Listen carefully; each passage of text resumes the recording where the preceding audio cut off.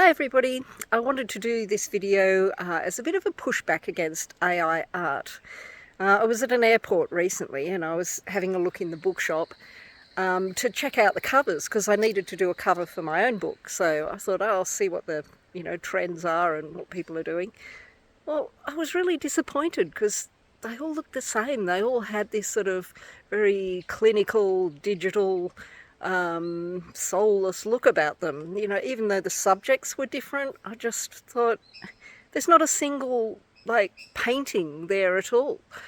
Now, look, I understand, especially those of us who self-publish, paying an illustrator is expensive and it's risky, which is very hard if you're an illustrator who wants to make a living at it. But I get it, authors use AI for their artwork. Obviously, I have the advantage of being able to do my own. So, yeah, I thought I'd show you the process I go through to produce a painting, to give you an idea why it's so different having an original painting to using AI. There's a scene in my book that involves a fairy civilization that's been built in the centre of a strangler fig tree. I wanted to use that scene probably on the back cover. And the inspiration came from this forest, which is very close to where I live, so I'll show it to you. So here it is. How cool is that? In case you don't know, they're a parasitic tree. They wrap up the host tree in branches and tendrils until the host tree eventually dies and they end up hollow like this.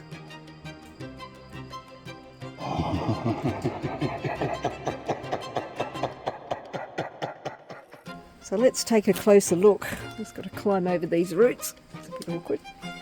And we'll have a look on the inside. Stick my phone through this hole. There we go. And right up to the top.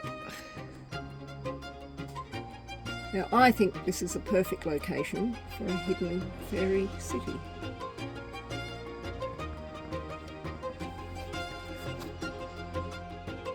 So having taken photos inside the fig tree, it was back home again to do some drawing, and I literally spent days designing fairies and trying to decide whether they'd be flying or standing or sitting or whatever.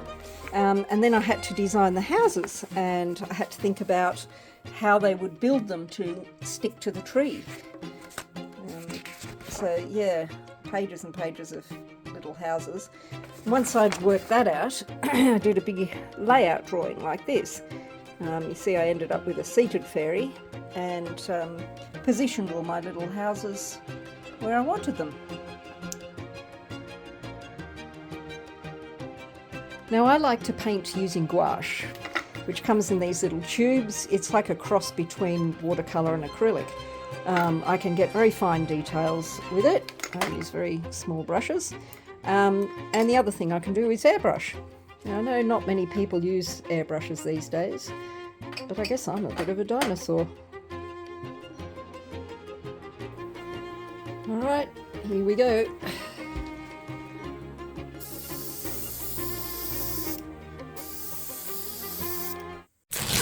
Now, I'd painted quite a lot before I realised that I really didn't like it. The little houses looked man-made. They didn't look like they were built by fairies, and they were too small.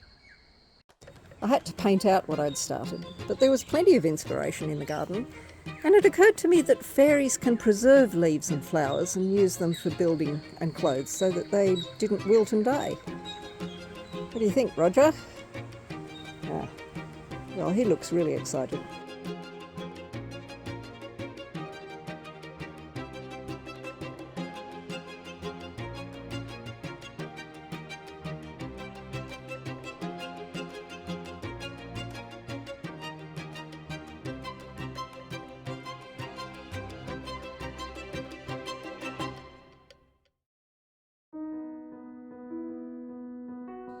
Finally, the finished product. Now in the middle here, we have a house that's made from freckleface, which is an annoying weed that grows all over my garden. And then up here, a house made from woven grass with a toadstool roof. And here, a house made from a lily leaf. There's a little picnic spot here. I'll give you my finger for scale. I wanted to make all the houses completely unique. That was part of the fun of it. This one is woven palm leaves and a liquid amber leaf. I like to imagine climbing and walking all over this thing, which is why I've got little steps and paths everywhere. Now this house is made from dead gum leaves. I often pick them up when I'm walking the dog because they're such pretty colours. And the fungus out the front is from a photograph I took in the autumn. And we go up here, and here is Shimmy with her house. Her house has windows made from insect wings. I was trying to think what fairies would use for glass. I'm open to suggestions on that one. There you go. A lot of hours. It's the thought and experimentation that makes this process alive. Time spent in the forest and in the garden and doing loads of drawings and sketches, and then changing my mind and having to start the painting round a second time. I came up with new ideas, and I went back to my original story and changed it. So I guess my point is with this video is that it's the process that's every bit as important as the finished result. And artificial intelligence just can't do that.